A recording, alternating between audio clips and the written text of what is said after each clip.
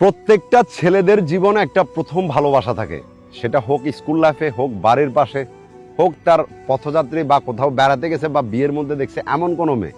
এটা প্রত্যেকটা ছেলের জীবনে আছেই, আমি 100% গ্যারান্টি দিব। এবং এমনই একটা স্টোরি আজকে আপনাদের জন্য নিয়ে আসছি যেটা আপনার জীবনের প্রথম ভালোবাসাটা আপনাকে মনে করিয়ে দেবে এবং আপনি অজান্তেই তার কথা ভাবতে শুরু করবেন। একটা বড় নিঃশ্বাস দিয়ে ভাববেন, হায় আমারও তো এমন কেউ ছিল। ছেলেটার বাড়ি এবং মেয়েটার বাড়ি পাশাপাশি ছিল, মানে ধরতে পারেন যে ছেলের ঘরের সাথে মেয়ের ঘর একদম পাশাপাশি ছিল।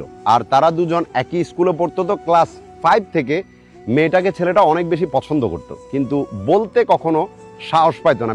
ভাবতো যে যদি আমি তারা বলে দিই, যদি সে তার ফ্যামিলিকে বলে দেয়, ভাবুন ছোটবেলায় এই ভয়টা আমাদের সবার মধ্যে থাকতো। তো এইভাবেই পছন্দটা ধীরে ধীরে ভালোবাসায় পরিণত হলো এবং একটা সময় গিয়া কয়েক বছর পরে ছেলেটা সাহস করে মেয়েটাকে তার প্রস্তাব দিছে এবং মেয়েটাও সাথে সাথে রাজি হয়ে গেছে।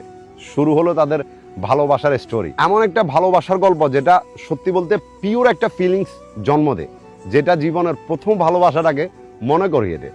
ছেলেটাও আমাকে স্টোরিটা এই জন্যই বলছে যে মানে একটা মেমোরি, একটা স্মৃতি হিসাবে যাতে তার জীবনে গল্পটা থাকে। যখন মেয়েটার সাথে রিলেশনশিপটা স্টার্ট হলো তখন মানে দেখা গেছে একসাথে দুজন স্কুলে যাওয়া, রাত্রেবেলা একসাথে পড়ালেখা করা, একে অপরকে উকি ঝুঁকি দিয়ে দেখা, এরপরে ছেলেটা মেয়েটার জন্য অপেক্ষা করা, মেয়েটা ছেলেটার জন্য অপেক্ষা করা, এমনভাবে তাদের সম্পর্কটা যাচ্ছিল।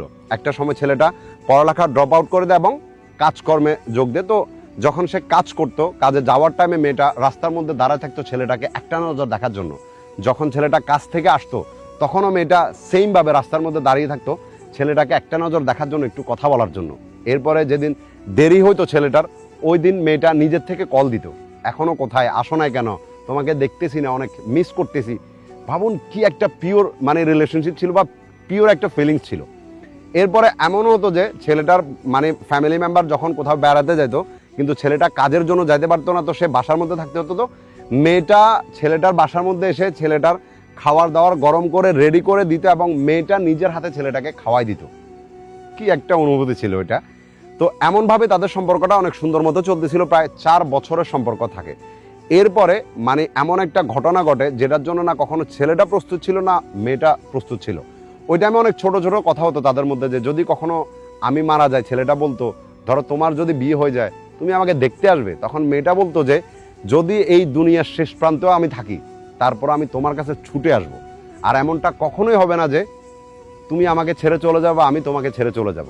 ছেলেটা বললো যে ভাই আমি ওরা এমন একদিন বলছিলাম যে আমার সাথে তোমাকে বিয়ে দেওয়ার জন্য রাজি না হয় বা আমার ফ্যামিলিতে না মানে, তাহলে আমরা কি করব। তখন মেয়েটা বলতো যে আমরা দূরে কোথাও পালিয়ে যাব, যেখানে শুধু আমাদের একটা সংসার হবে, আমাদেরকে ডিস্টার্ব করার জন্য, আমাদেরকে না মেনে নেওয়ার জন্য কোনো মানুষ এখানে থাকবে না, শুধু তুমি আর আমি থাকবো, আর আমাদের একটা ছোট্ট সংসার থাকবে। একটা সময় ছেলের পরিবার এবং মেয়ের পরিবার একটা খুব বড় ঝগড়া হয়, যেটা তাদের সম্পর্কের মধ্যে এত বড় একটা এফর্ট নিয়ে আসে বা যে এত বড় একটা আঘাত আনে, যেটা ছেলেটা কখনো কল্পনাও করে নাই। মানে ছেলেটার পরিবারের সাথে মেয়েটার পরিবারের সাথে যখন ঝগড়া হয়েছিল, ওই ঝগড়ার পর থেকে মেয়েটা ছেলেটার সাথে কথা খুবই কম বলতো, তাকে ইগনোর করতেছিল, তার সাথে ঠিকমতো কথা বলতো না, সে যখন ডাকতো তাকে দেখতে আসতো না। মানে এমনও গেছে যে পুরোপুরিভাবে মানে মেয়েটা চাইতেছে যে ছেলেটাকে তার লাইফ থেকে একদম মুছে ফেলতে, কিন্তু ছেলেটা একদম পাগলের মতো হয়ে গেছে। ছেলেটা কাজ কাম বন্ধ করে সারাক্ষণ মেয়েটার পিছনে ঘুরতো তার সাথে একটু কথা বলার জন্য, কিন্তু মেয়েটা কোনো মতে ছেলেটাকে দেখা দিত না।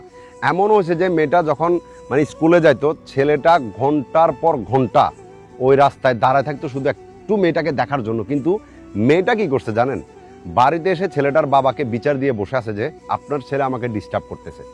তখন ছেলেটার বাবা ছেলেটাকে অনেক জোর একটা থাপ্পড় মারছে। ছেলেটা বলতেছে যে ভাই আমি এইটার জন্য কান্না করি নাই যে মানে আমাকে আমার বাবা মারছে, আমি এটার জন্য কান্না করছি যে যেই মানুষটার সাথে আমি 4টা বছর ছিলাম, এতটা ভালোবাসতাম, এতটা সুন্দর একটা সম্পর্ক ছিল, পারিবারিক একটা ঝগড়ার কারণে শুধু ও আমাকে এমনভাবে ইগনোর করতেছে বা আমার বাবাকে পর্যন্ত এসে বিচার দিছে, এটা আমি নিজেকে মানাইতে পারতেছিলাম না।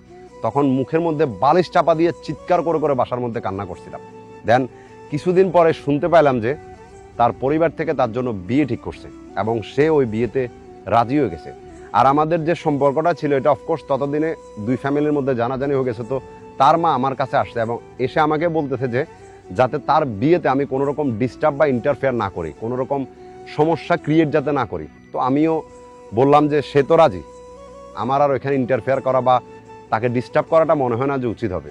তো আমি ওই দিন সকালে কাজে চলে গেছিলাম, কাজ থেকে কাজের মধ্যে মন বসতেছিল না, শুধু কান্না করতেছিলাম। দেন যখন কাজ শেষ করে বাসার মধ্যে আসলাম, দেখলাম যে ওর বাড়িতে ওর উঠায় নিয়ে চলে গেছে তখন।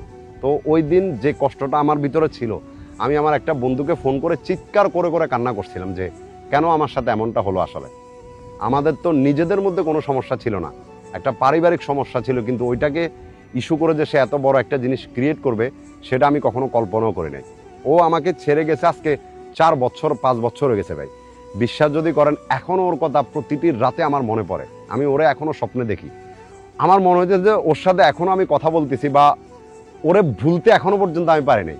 কিন্তু যদিও আমাকে ব্লক করে রাখছে, মাঝের মধ্যে ওরা অনলাইনে দেখি, কিন্তু এখন আর কথা বলার সাহস হয় না বা কথা বলিও না। কিন্তু ওরা আমি আমার স্বপ্নের জগতে অনেক সুন্দর মতে নিজের আপন করে রাখছি। হয়তো বাস্তবিক জীবনে ওরা আর কখনোই পাবো না, কিন্তু স্বপ্নের জগতেও শুধু আমার আর আমারই থাকবে। সত্যি বলতে ব্রাদার, স্টোরিটা আমার মন ছুঁয়ে গেছে, এতটা ভালো লাগছে আমার কাছে। বিকজ প্রত্যেকটা ছেলের জীবনে এমন একটা স্টোরি থাকে যে জীবনের প্রথম ভালোবাসা যখন হয়, সেটা হয়তো আমাদের ভুল সময় একটা সঠিক ভালোবাসা বলতে পারেন, বা ভুল সময় একটা ভুল অনুভূতি জন্ম নেয়, যেটার কারণে এমনটা। বাট ওই অনুভূতিটা কিন্তু অনেক সুন্দর, এটা মানতে হবে। তবে আমি তোমাকে এতটুকু কথা বলে যে এখন যেহেতু তার বিয়ে শাদী হয়ে গেছে, তার একটা সংসার জীবন আছে, তো তার জীবনে ইন্টারফেয়ার করা বা তাকে ডিস্টার্ব করা, তার সাথে কথা বলা, এটা আসলে তোমার জন্য বা তার জন্য অনেক বড় একটা ক্ষতি হবে।